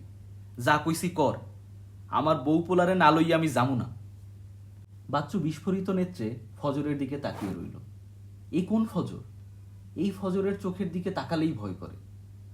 বাচ্চু কলার চেপে ধরাতে সে ঠিক মতন না শ্বাস নিতে পারছিল না। কোনো মতে মাথা কাত করে সম্মতি জানানো সে। ফজর কলার ছাড়তেই বুক ভরে নিঃশ্বাস নিল বাচ্চু। ফজরকে সাহায্য করা ছাড়া তার কাছে আর কোনো উপায়ও নেই, তেমন সমস্যাও নেই। আজ যারা পাহারা দেওয়ার কথা ছিল সে তারই খেয়ে নাক ডাকছে। ফজরকে ইশারায় আসতে বলে হাঁটতে লাগলো। একটা দোচালা ঘরের সামনে এসে দাঁড়িয়ে বলল, আন্দার দেখো, তোমার বিবি ইধার আছে। ভেতরে গুটিসুটি হয়ে অনেকগুলো মেয়ে ভয়ার্ত চোখে বসে আছে। তাদের চেহারা ভালো দেখা যায় না। বার কয়েক চোখ ঘুরিয়েও ফজর আমেনাকে খুঁজে পেল না। নিচু স্বরে জিজ্ঞেস করল, আমেনা নেব কেউ আছে এইখানে? লগে একটা বাচ্চাও আসছিল 5 বছরের। কিন্তু কোনো জবাব এলো না। ফজর আবার জিজ্ঞেস করল, কিন্তু কান্নার শব্দ ছাড়া আর কেউ উত্তর পেল না। বের হওয়ার আগে শুধু বলল, আল্লাহ তোমাকে দেখব, একদিন সব শেষ হইব। ফজর বাইরে এসে বাচ্চুকে বলল, এইখানে নাই। বাচ্চু মাথা নিচু করে অপরাধীর ভঙ্গিতে কয়েকটা উঁচু মাটির ডিবি দেখিয়ে বলল, তাইলে উধার আছে। ফজর আলী ভাবতেই পারছে না আমেনা এই মাটির নিচে শুয়ে আছে। মজিদও কি শুয়ে আছে? মজিদের ছোট ছোট আঙুল কি পোকামাপ করে কামড়ে খাচ্ছে? মজিদ মৃত্যুর সময় নিশ্চয়ই খুব কষ্ট পেয়েছিলেন। নিঃশ্বাস নিতে চেয়েছিল কিন্তু পারেনি, পানি খেতে চেয়েছিল হয়তো। ফজরের পৃথিবীটা টলে উঠল। জীবনে আমেনাকে সুখ দিতে পারেনি ফজর, মরণেও পারল না। নিজেকেই দায়ী মনে হলো তার। ইচ্ছা করছে একটা ছুরি দিয়ে গলাটা দুভাগ করে ফেলে, কিন্তু পর মুহূর্তেই ভাবল মরলে তার অপরাধের শাস্তি হবে না। বুকের ভেতর আগ্নেয়গিরি নিয়েই তাকে বাঁচতে হবে, জ্বলতে হবে সে আগুনে। মনের কোনো একখানে এখনো বৃষ্টির আশা করে সে। সব মিথ্যে হয়ে যাক, তার আমেনা মজিদ ফিরে আসুক, তার নতুন জীবন হোক, তারা নতুন পরিচয় পাক। কেউ তাদের চোরের বউ চোরের ছেলে বলে আর অবজ্ঞা করবে না। গঞ্জনা সহ্য করতে হবে না আর। একবার সে জ্বালা মেটানো বৃষ্টিটা আসুক। ইউসুফ আলীর চিৎকার শুনে সম্বিত ফিরল ফজরের। বাচ্চু আগে আগে ছুটছে। কেউ জেগে গেলে তার নিজের জীবন বিপর্যয়ে পড়বে। ইউসুফ মুন্সি 2 হাতে মাথা চেপে ধরে বসে আছে সে। ফজর কাছে গিয়ে জিজ্ঞেস করল, কি হইছে? ইউসুফ মুন্সি মাথা তুলে বাষ্পরুদ্ধ কণ্ঠে বলল, তারা বাইসা গেছে। ফজর আলী বুঝে উঠতে পারল না। সে উঠে সেই ঘরের ফাঁক করা দরজা দিয়ে ভেতরে তাকালো। দেখেই আটকে উঠল। একটি শাড়ি নিচে অবহেলায় পড়ে আছে, আর একটি শাড়ির 2 প্রান্তে 2টো নগ্ন লাশ ঝুলছে। একটি ফাতেমার আর একটি জুলেখার। মরেছে তারা আরো আগে। আজ শুধু আনুষ্ঠানিকতা সম্পন্ন হলো। ইউসুফ ভাই চলেন, ফজর দৃঢ় গলায় বলল।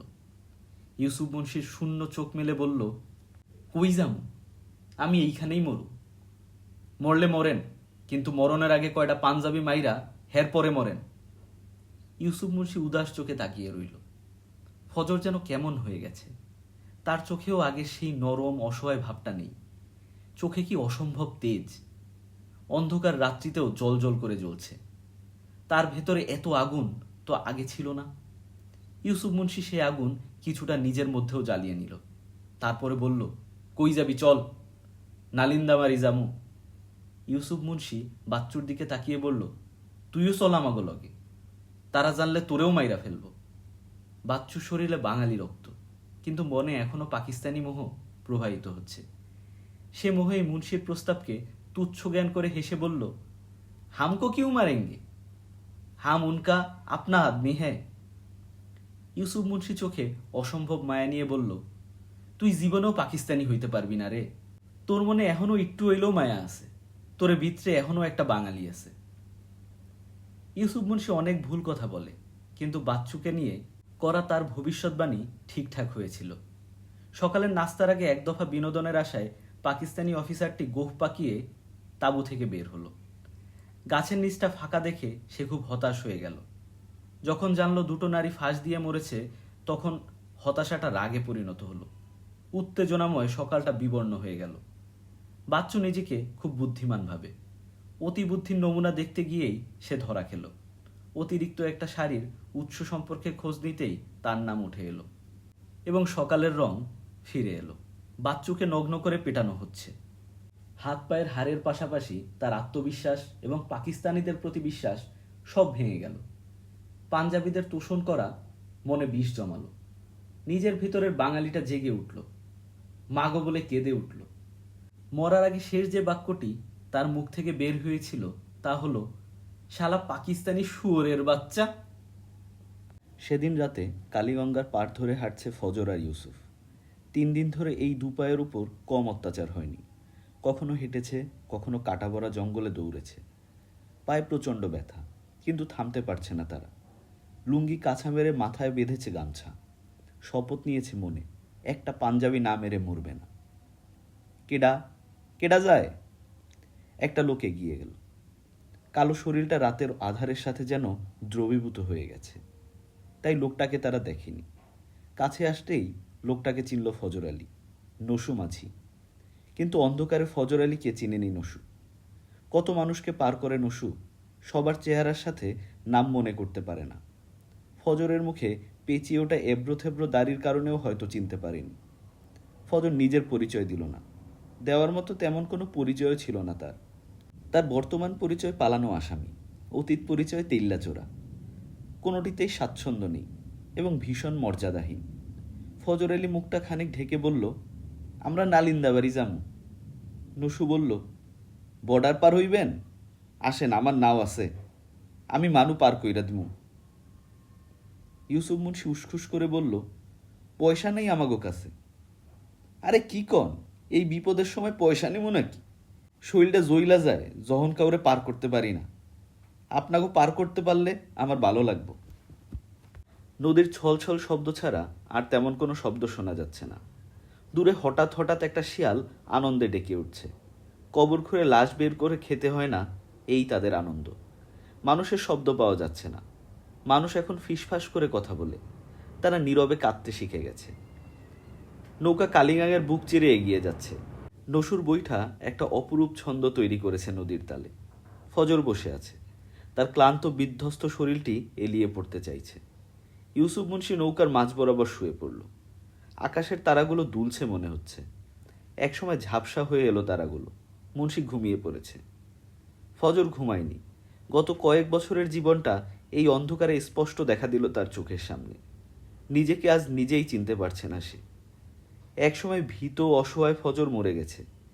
এখন যে নৌকায় গলুয়ে বসে আছে, সে ফজর নয়, সে অন্য কেউ। তার কোনো আপনজন নেই, কিন্তু জ্বালা আছে। তার কোনো ভয় নেই, কিন্তু ক্রোধ আছে। ভাই, ও ভাই! নিজের চিন্তায় অচেতন হয়ে গিয়েছিল ফজর। নসুর ডাকে চেতনা ফিরল। নসু তাকে ডাকছে ফিস ফিস করে। কি হইছে, আইয়ে পড়ছি? নসু একটা বৈঠা ফজরের দিকে এগিয়ে দিয়ে বলল, হাত লাগান, তয় একটু আওয়াজ যেন না হয়। পাঞ্জাবিরা মনে হয় রাইতেও পাহারা বসাইছে, তাড়াতাড়ি পার হইতে হইব এই জায়গাটা। ফজর নৌকার গলিয়ে বসা বৈঠা বসিয়ে দিল নদীর বুকে। অনভিজ্ঞ হাতে বৈঠা চালাচ্ছে সে। নদীর সাথে তাল মেলাতে পারছে না। দূরে কোথাও মানুষের শব্দ শোনা গেল। বুক শুকিয়ে গেল দুজনের। নৌকার গতি আরও বাড়ল, কিন্তু সময়ের গতি যেন কমে গেল। মানুষের গলা ধীরে ধীরে আরও স্পষ্ট হচ্ছে। হঠাৎ আলো পড়ল তাদের উপর। একটা পাঞ্জাবি গলা ভেসে এলো। কন যাতা হে? নসু এবার গলা ফাটিয়ে চিৎকার করে ফজরকে বলল, ভাই জান দিয়া টানেন। মুহূর্তেই বিদ্যুৎ খেলে গেল। যন্ত্রের মতো দাঁড় বইছে দুজন। আলোটা যেন সরেনি তাদের উপর থেকে। সাথে সাথেই একটা বন্দুক আর্তনাদ করে গুলে ছুড়ল। ইউসুফ মুন্সি ধরফর করে উঠে বসল। কি হচ্ছে কিছু বুঝতে পারছে না। কিং কর্তব্য বিমূঢ় হয়ে চারপাশ দেখছে। নসুর পেশি ফুলে উঠেছে। নৌকা কলকল করে ছুটে চলছে। ফজর সর্বশক্তি দিয়ে বৈঠা চালাচ্ছে। তার আর কোনো হুঁশ নেই। পরপর কয়েকটা গুলি চলল। আলোটা এখন আর তাদের উপরে নেই, কিন্তু গুলি থামেনি এখনো। ফজর চোখ বন্ধ করে দাঁড় টানছে। বুকের ধরফরানি যেন বন্দুকের শব্দকেও ছাপিয়ে যাচ্ছে। পানির ছটায় পুরো ভিজে গেছে ফজর। হৃৎপিণ্ডটা যেন মুখের কাছে চলে এসেছে। কতক্ষণ এভাবে দাঁড় বেয়েছে বলতে পারবে না ফজর। 1 মিনিটও হতে পারে, আবার 1 ঘন্টা হলেও অবাক হবে না। গুলির শব্দ থেমে গিয়েছে। ফজর হা করে দম নিচ্ছে। পেছনে ফিরতে ফিরতে নসুকে বলল, আজরাইলের হাত থেকে বাইসা গেলাম। কিন্তু নসু কই? সে তো একা। ফজর চমকে উঠল। ডিঙের পেছনে গিয়ে জরিপ করল। ইউসুফ মুন্সি এখনো বিমূঢ় হয়ে বসে আছে মাঝে। নসুর চিহ্ন মাত্র নেই। দূর নদীতে পাঞ্জাবিরা আলো ফেলে রেখেছে। সেখানে কালো মতন একটা জিনিস ভাসছে। কালো শরীরের নসু। কালীগাঙের বুকেই সারা জীবন কাটিয়েছে। আজ সেই কালীগাঙেই তার সমাধি হলো। রাতের গভীরতা মাপার মতো বিবেচনা ফজরের নেই এখন। নদীর ধারেই একটা গ্রামে এসে পৌঁছলো তারা। নদীতে পূজার লাল জবা ফুল আর ধূপের গন্ধে আন্দাজ করে নিল এটাই নালিন্দাবাড়ি গ্রাম। এই এলাকায় নদীর পাড়ে হিন্দু গ্রাম বলতে এই একটাই। ফজর নৌকা ঘাটে ভিড়ালো। আরও কিছু ডিঙি বাঁধা আছে এখানে। গ্রামটা এখনো ঘুমায়নি, তবে ঝিমাচ্ছে। টিম টিম করে জ্বলা কিছু আলো চোখে পড়ছে। নিশি জায়গা কিছু বাচ্চারা অভ্যাস মতো কাঁদছে। ফজর তার ভেজা শরীরটা টানতে টানতে নিয়ে চলল সেই আলোর দিকে, সাথে ইউসুফ মুন্সি। একটা ঘুমন্ত বাড়ি পেরুতেই আলোর সন্ধান পেল। উঠানের কোণে হারিকেন জ্বলছে। তার নিচে কিছু মানুষ গুটিসুটি মেরে পড়ে রয়েছে। হারিকেনের আলোটা চোখে সয়ে এলো। ফজরের ভুল ভাঙল। পুরো উঠান জুড়ে শখানেক মানুষ রয়েছে। কেউ কেউ জেগে রয়েছে, কেউ আবার নাক টেনে চুপিসারি কাঁদছে। বাকিরা কোনো মতে চোখ বন্ধ করে পড়ে রয়েছে। কেউই আগন্তুকের আগমনে বিচলিত হলো না। ফজর চোখ দুটো বুলিয়ে নিচ্ছে সবার উপর। 5 বছরের বাচ্চা দেখলেই বুকটা কেঁপে উঠছে তার। অন্ধকারে সবাইকে ঠিক দেখা যাচ্ছে না। একজন বৃদ্ধ তাদের মুখ ভ্যাংচালো। অন্যদিকে তাকিয়ে স্বগোক্তি করল, বেবাক মানুষ এসে, নৌকার জায়গা পাইলাম না, সব ভাগতাছে দেশ ছাইরা। এত মানুষ কেমনে থাকবো, কি খাইব? কথাগুলো যে তাদের উদ্দেশ্য করেই বলা হচ্ছে তা বুঝতে ইউসুফ আর ফজরের বেগ পেতে হলো না। এসব মানুষ রিফিউজি ক্যাম্পে যাবার অপেক্ষায় আছে। প্রতিদিন নৌকা আসে। নৌকায় প্রায়শই স্থান সংকুলান হয় না। এখানের হিন্দু বাড়ির মানুষগুলো উঠানে তাদের জায়গা করে দিয়েছে। ভাত না পারলেও চাল ভাজা খেতে দিচ্ছে। বৃদ্ধ লোকটি শুধু ফজর আর ইউসুফের উপর বিরক্ত নয়, সে দুনিয়ার যাবতীয় সকল প্রাণীর উপর বিরক্ত। মশা কামড়ে দিলে চেঁচিয়ে ওঠে, গরম লাগলে ধমকে ওঠে। কাকে ধমকায় সেই ভালো জানে। আশেপাশের লোকজনের তো কাছে ঘেঁষা বালাই নেই। তার চোখে চোখ রাখলেই দুটো কথা শুনিয়ে দেয়। ফজর আলী আর ইউসুফ মুন্সি উঠানের এক কোণে আশ্রয় নিল। বাড়ির কর্তা এলো চাল ভাজা বিতরণ করতে। নতুন অতিথি দেখেই বলল, আপনারা বর্ডার পার হইবেন? না, আমরা মুক্তি ক্যাম্পে যাবো।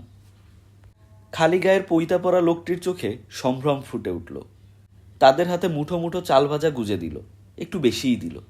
বলল, আজকা রাতটা এইখানে থাকেন, কাল সকালে আমি রাস্তা চিনাইয়া দেব। লোকটি সবাইকে এক মুঠো করে চাল ভাজা দিল। বুড়ো লোকটির আবার সেই অভিযোগ শুরু হলো। চাল ভাজার কাঠিন্য নিয়ে তার সমস্যা হচ্ছে। এই খাবার গরু ছাগলের মুখেও রুচবে কিনা তিনি এ নিয়ে চিন্তিত। কেউ কিছু বলছে না, সবার মুখ ব্যস্ত। ফজর পাশের ঝিমাতে থাকা লোকটাকে বলল, এই বুড়া মিয়া কি জমিদার নাকি? পাশের লোকটি হেসে বলল, আরে না, ওর নাম নেকু ফকির, ভিক্ষা কইরা খায়, তবে জমিদারের থেকেও কম না। যুদ্ধের সময় দুনিয়াটা অদ্ভুত হয়ে যায়। জমিদাররা সব ভিক্ষুক হয়ে গেছে, ভিক্ষুকরা সব জমিদারি ভান ধরেছে, ইঁদুররা সব রাজাকার হয়ে পিঠে রাইফেল নিয়ে সিংহ হয়ে গেছে। তাদের বুক আছে, সে বুকে সাহস নেই। তাদের জিহ্বা আছে, সে জিহ্বায় লোভের লালা ঝরে পড়ে। একজন শীতকাটা চোরও মুক্তিযোদ্ধা হবে। কেন হবে? প্রতিশোধ কিংবা ঘৃণার জন্য, অথবা নতুন পরিচয়ের জন্য। রাইফেল ছাড়াও সে যোদ্ধা, তার বুকে আগুন আছে। সকালটা আবার কোলাহল শুরু হলো। নদীতে নৌকা ভিড়েছে। মানুষজন হুড়মুড় করে উঠছে নৌকায়। দেখলে মনে হবে জ্বলন্ত অগ্নিকাণ্ড থেকে পালাতে চাইছে। দেশ ত্যাগে তাদের আগ্রহ নেই, কিন্তু তবু পালাচ্ছে মৃত্যুর ভয়ে। অনেকেই নৌকায় উঠে কেঁদে ফেলেছে। আবার কি ফিরে আসতে পারবে বাপদাদার ভিটায়, এই মায়াভরা মাটিতে? সব কান্না ছাপিয়ে একটা কান্না ফজরের ভেতরটা নাড়িয়ে দিল। এই কান্না তার অতি পরিচিত। মাস্টার পুত্রের বেতের আঘাত মজিদ ঠিক এভাবেই কেঁদেছিল। ফজরের দৃষ্টি চঞ্চল ফিঙের মতো ঘুরতে লাগলো। কে কাঁদছে এভাবে? বাচ্চাটাকে একবার বুকে ভরে নিবে, মজিদের জন্য জমিয়ে রাখা সব আদর উজাড় করে দিবে। শব্দটাকে অনুসরণ করতে করতে নৌকার কাছে চলে এলো ফজর। মাঝে মধ্যে কিছু ঘটনা প্রমাণ করে দেয় মানুষের কল্পনা অসীম নয়। ফজর যা কখনো কল্পনা করতে পারেনি তাই ঘটল। এই মুহূর্তে ফজরের মনের অনুভূতি লিখে প্রকাশ করা সম্ভব নয়। নৌকায় ক্রন্দনরত মুখটি যে তার মজিদের, যার চেহারাটা মনে করার জন্য মজিদ কত নিদ্রাহীন রজনী ছটফট করে কাটিয়েছে। সে মজিদ তার মায়ের কোলে বসে কাঁদছে। আমেনা ফ্যাল করে চেয়ে আছে।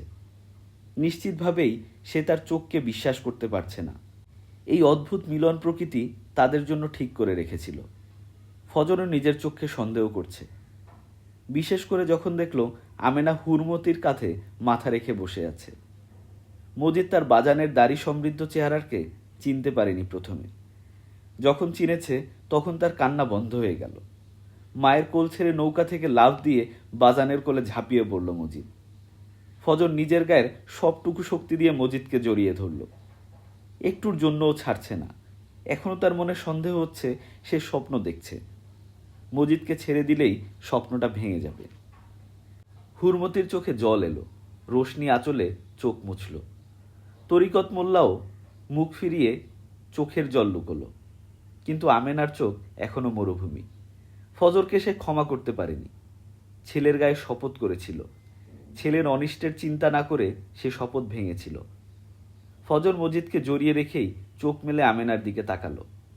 আমেনা একটু চমকে উঠল। এই দৃষ্টি তো সে আগে দেখেনি। কেমন খাঁটিয়ার পবিত্র সে চোখ! একেবারে কোনো বাধা ছাড়া বুকের ভেতর গিয়ে অভিমান অভিযোগের সব জাল ছিন্ন করে দেয়। ক্ষমা করে দিতে ইচ্ছে করে, বিশ্বাস করতে ইচ্ছা করে। বেশিক্ষণ তাকিয়ে থাকতে পারে না আমেনা। অভিমান সরে যেতেই লজ্জা ভর করে। ফজর কাছে এগিয়ে আসে, বলে, আমি তো ভাবছিলাম। আটকে যায়, সে আর বলতে পারে না। হুরমতির মায়াময় চেহারাটা দেখে অবিশ্বাসের দৃষ্টিতে তাকিয়ে থাকে। সাথে আরও একটি মেয়ে। কে এই মেয়ে? অনেক কিছুই জানে না ফজর, জানতেও চায় না। কিন্তু তরিকত মোল্লা উৎসাহ নিয়ে সব বলল। শ্রোতাদের জন্য সে ঘটনা আমি ব্যক্ত করছি। কলিম ব্যাপারীর পাঠানো 2 রাজাকার খুব আনন্দে নিয়ে আমেনা আর রোশনিকে নিয়ে টানাটানি করছিল। হঠাৎ কি থেকে কি হয়ে গেল বোঝা গেল না। আমেনা শুধু একটা রক্তের ধারা ছুটতে দেখল। মুহূর্তের মধ্যে ঘটে গেল ঘটনাটা। চিকন লোকটি একটি আর্তনাদ করে মাটিতে পড়ে গেল। হুরমতি দাঁড়িয়ে আছে পেছনে, তার হাতে রক্তাক্ত দাগ, তার মুখে অপরিসীম হিংস্রতা। পেটমোটা লোকটি ভীত শূকরের মতো অবিশ্বাস্য দৃষ্টিতে হুরমতির রুদ্রমূর্তির দিকে তাকিয়ে আছে। তার মনে যত সাহস ছিল সবই পিঠের রাইফেলের জোরে। কিন্তু হুরমতিকে দেখে সেই রাইফেলের কথা যেন ভুলেই গেল। রোশনির হাত ছেড়ে নিজের প্রাণ নিয়ে পালালো সে। পেছন থেকে হুরমতি গালি বর্ষণ করছে। গোলামের পুতেরা মাইয়া দেখলেই জিবলা বাইর হইয়া যায়। লের খাওয়া বলদেরা সাহস থাকলে আয়, কল্লাটা নামাইয়া দেই। এই পেট লাগানির পুত ভাগস কই? গালিগুলো যদি আগেই ব্যবহার করত হয়তো দায়ের প্রয়োজন পড়তো না। আমেনা এবং রোশনি দুজনেই কিংকর্তব্য বিমূঢ়। হুরমতি হিংস্র। কদর্য মুখটার পেছনে একটা মায়ার কোমল ছবি আছে। কিন্তু হুরমতি মা হতে পারেনি। হুরমতির ভয়েই তরিকত মোল্লা দ্বিতীয় বিয়ে করেনি। সন্তানের জন্য দ্বিতীয় বিয়ে করে প্রাণ খোয়ানোর চেয়ে সন্তানহীন থাকাই উত্তম মনে করেছে সে। হুরমতি সারা দুনিয়াকে অভিশাপ দিয়ে বেড়ায়, আমেনাকে একটু বেশিই দেয়। আমেনার প্রতি হিংসাও তার কম নয়। আমেনা মা, সে নয়। আমেনা হুরমতির দিকে তাকিয়ে বলল, আমারে বাঁচান নাই, আমার পোলা মারে বাঁচাইছেন। বলেই হুরমতির পায়ে ঢলে পড়ল। পায়ে ধরে বলল, আজ থেকে আমার পোলার মা 2টা। আশ্চর্যজনকভাবে হুরমতির হিংস্র চেহারাটা মুহূর্তেই মুছে গেল। সেখানে ভর করল মায়া ভরা এক মুখ। আমেনাকে ধরে উঠিয়ে স্বভাব মতো বলল, ধুর মাগি, আর ঢং করিস না। হুরমতির গালিতে আমেনার বিচলিত হলো না। এই গালিতে কত মায়া ভরা আছে সে এখন জানে। তরিকত মোল্লা কখন পেছনে এসে দাঁড়িয়েছে কেউ খেয়াল করেনি। রাজাকারের পোশাক পরা একটা রক্তাক্ত লাশ উঠানে পড়ে আছে। ঘাওয়ালা একটা কুকুর লাশটাকে ঘুরে ঘুরে শুকছে। হুরমতি দাওয়ায় আমেনার রোশনির সাথে দাঁড়িয়ে আছে। তার হাতে একটা রক্তমাখা দা। তরিকত মোল্লা অজ্ঞান হওয়ার দশা। তরিকত মোল্লাও রাজাকার বাহিনীতে যোগ দিয়েছে। এই খবর ক্যাম্পে পৌঁছালে কি হবে তার খুব ভালো করে জানা আছে। সে কাছে গিয়ে বলল, এইটা কি করলা বউ? আমরার মরণের ব্যবস্থা করলা? হুরমতি চেঁচিয়ে বলল, তুই কেমন পুরুষ গো? দুইটা মাইয়ারে ধইরা নিয়ে যাইতেছে, আর তুমি ঘরে শুইয়া ঘুমের ভান দইরা পইরা আসিলা? ভিতরে ভিতরে তুমি যে হিজরা, সেইটা তো আগে থেকে জানি নাই। হুরমতির সাথে বিতণ্ডাতে যাওয়াই উচিত হয় নাই তরিকত মোল্লার। কথার গায়ে সে হাজার শূন্য কুপকাত করতে পারে। তরিকত মোল্লা তো সাধারণ মোল্লা মানুষ। সে কথার সুর পরিবর্তন করে বলল, এখন গাট্টি বোচকা যা পারো তাড়াতাড়ি বাঁধো, এইখানে আর থাকুন যাইব না, পালাইতে হইব। হুরমতি বলল, কই যামু? রোশনি বলল, নসুমাঝি কইছিল নাও দিয়া নানিন্দাবাড়ি নামাইয়া দিব। হুরমতি কোমর দোলা দিয়ে ব্যঙ্গ করে বলল, যদিও ধরে বাঘে, ভাতারের নামটাই আগে। নসুমাঝি তাদের নামিয়ে দিয়ে গেছে। রোশনি বলেছিল তাদের সাথে যেতে, কিন্তু নসু রাজি হয়নি। সে অবাক হয়ে বলেছিল, কি কও কুটুম, আরও কত মানুষে পার করতে হইব? আমি না থাকলে মানুষের এই বিপদে গাং পাইর হইব কেমনে? রোশনির মন খারাপ হয়, আবার খুব গর্বও হয়। মনে মনে ছড়া কাটে সে, তুমি খুব ভালা গো মাঝি, তুমি খুব ভালা। এইবার আসলে তোমারে দিমু ভালোবাসার মালা। মজিদ ফজরের কোলে বসে আছে। কাদা থেকে মজিদের ঘোড়াটি উদ্ধার করে দিয়েছে ফজর। তার কান্নার হেতুই ছিল এই ঘোড়া। নৌকায় ওঠার সময় তার হাত থেকে পড়ে গিয়েছিল, কিন্তু ঘোড়াতে আর তেমন আগ্রহ নেই তার। সে তার বাজানকে পেয়েছে। ইউসুফ মুন্সির খুব আনন্দ। নিজের কষ্ট ভুলে ফজরের সুখ দেখেই তার মুখ আনন্দে ভরে গেছে। তরিকত মোল্লা সব কথা শোনার পর ফজর আলী একটা দীর্ঘশ্বাস ফেলে বলল, নসুমাঝি আসলেই ভালা লোক আছিল। ফজরের দীর্ঘশ্বাস আর অতীতকালে করা স্তুতিবাক্য শুনে রোশনি উৎকণ্ঠিত হয়ে বলল, কই মাঝি কই? আউনের সময় মিলিটারিরা গুলি চালাইছিল আমাগো উপর। নসু গুলি খাইয়া গাঙে ডুবছে। সাথে সাথে রোশনি হাঁটু ভেঙে বসে পড়ল। দিনের চকচকে আলোতে অন্ধকার নেমে এলো তার চোখের সামনে। মূর্ছা যাওয়ার আগে বলল, আমি বড় অভাগী, কপাল পোড়া। নৌকায় লোকজন নিজের আসন দখল করেছে। ফজর আমেনাকে তাগিদ দিল। রোশনিকে ধরাধরি করে নৌকায় উঠানো হলো। আমেনা উঠল। ফজর মজিদকে কোলে নিয়ে নৌকায় তুলে দিল। ভেতর থেকে কেউ একজন বলল, তেল্লা চোরা না? জেল থেকে কবে আইলা? আমেনার মুখটা মলিন হয়ে গেল। ফজর দাঁড়িয়ে রইল। আমেনা দীর্ঘশ্বাস ফেলে বলল, আসো, নাও সাইরা দিব। আমি যামু না বউ, তোমরা যাও। মজিদ যে দেখা রাইখো, যুদ্ধ শেষ হইলে ফিরে আইসো। আমি না থাকলেও মজিদের লেখাপড়া করাইও, প্রফেসর বানাইও। কদম গাছ দুইটা কোন সময় কাইটো না। কই যাইবা তুমি? আমি মুক্তি ক্যাম্পে যামু, আমার যুদ্ধ শেষ হয় নাই। ভেতরে থেকে অনেকগুলো সম্ভ্রমের দৃষ্টি ফজরের দিকে তাকালো। তেল্লাচড়া বলা লোকটি লজ্জায় মিয়ে গেল। তার সাহস নেই যুদ্ধ করার, তাই সাহসী বীরের সামনে লজ্জায় মাথা নত করাই কর্তব্য মনে করল। ফজর আশ্চর্য হয়ে লক্ষ্য করল, আমেনার দুই গাল বেয়ে অশ্রু নেমে এসেছে। এই প্রথম আমেনাকে কাঁদতে দেখল সে। আমেনার বুকে হাজারটা কথা অশ্রু হয়ে গড়িয়ে পড়ছে। তার কাঠিন্যের মুখোশ চোখের জলে গলে গলে পড়ছে। আমেনা বাষ্পরুদ্ধ গলায় বলল, এই যুদ্ধ কি শেষ হইব? হইব বউ, আমরা শেষ করুম। মজিদ নিজের ভিটায় থাকব, বুক ফুলাইয়া হাঁটব। তারে কেউ চোরের পোলা কইব না, মুক্তির পোলা কইব। বলতে বলতেই সুখ স্বপ্নে ফজরের চোখ ভিজে গেল। নৌকা ছেড়ে দিয়েছে। আমেনা এখনো অশ্রু সজল চোখে ফজরের দিকে তাকিয়ে আছে। মাকে কাঁদতে দেখে মজিদও কাঁদতে থাকলো। এই দৃশ্য তার কাছে নতুন। হুরমতি মজিদকে আঁকড়ে ধরে বলল, আরে বেটা তুই কান্দিস না, তুই মুক্তিযোদ্ধার পোলা। রোশনি স্থির চোখে তাকিয়ে আছে। তার চোখে এক ফোঁটা জলও নেই। তার সব কান্না শুকিয়েছে। পাশে বসেই আমেনা পাড়ের দিকে তাকিয়ে শুধু কেঁদেই চলছে। তার অনেক বছরের কান্না জমা আছে। প্রকৃতি সাম্যাবস্থা নীতিতে চলে। একজন কাদার ক্ষমতা হারালো, আর একজন ফিরে পেল। নৌকাটা মোহনার আড়াল হওয়ার আগ পর্যন্ত ফজর তাকিয়েছিল। ফজর আর ইউসুফ মুন্সি হেঁটে চলল নালিন্দাবাড়ি মুক্তি ক্যাম্পের দিকে। ফজরের আরেকটা প্রতিজ্ঞা পূরণ করা বাকি। নিজের ছেলের নামে কসম কেটে প্রতিজ্ঞা করেছিল সুজনের কাছে। নালিন্দাবাড়ি মুক্তি ক্যাম্পের কমান্ডারের সামনে দাঁড়িয়ে আছে ফজর, পাশে ইউসুফ মুন্সি। কমান্ডার সিগারেটে ফু দিয়ে এক রাশ ধোঁয়া ছেড়ে তাকে ভালো করে নিরীক্ষণ করছে। বললেন, মুক্তি হইতে হইলে জানের মায়া ছাড়তে হবে, পারবে? ফজর দৃঢ় কণ্ঠে জবাব দিল, পারুম স্যার, মাথায় কাফন বাঁধছি। এইখানে খাবার দাবারের গ্যারান্টি নেই, ঘুমানোর জন্য সুন্দর বিছানা নেই, মাঠে জঙ্গলে ঘুমাতে হবে, কোনো আরামায়েশের ব্যবস্থা নেই।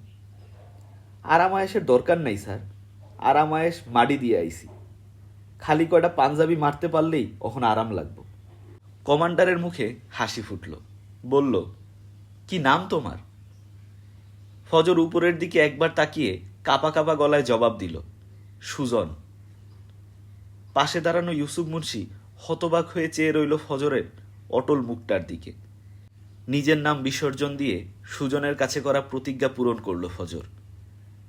ঝমঝম করে বৃষ্টি পড়ছে। নালিন্দাবাড়ি মুক্তিযোদ্ধা ক্যাম্পের বাইরে দাঁড়িয়ে সেই বৃষ্টিতে ভিজছে ফজর। বহু প্রতীক্ষার বৃষ্টি, বুকের আগুন নেভানো বৃষ্টি। বলরামপুরে মেঠোপথ থেকে যে দুটি কদম গাছ দেখে ফজরের বাড়ি চেনা যায়, সে দুটি কদম গাছও ভিজছে। আজ তাদের বিষণ্ণ লাগছে না। এখানেই শেষ হলো ওবায়দ হকের তেল্লাচোরা উপন্যাসটি। ধন্যবাদ সকলকে।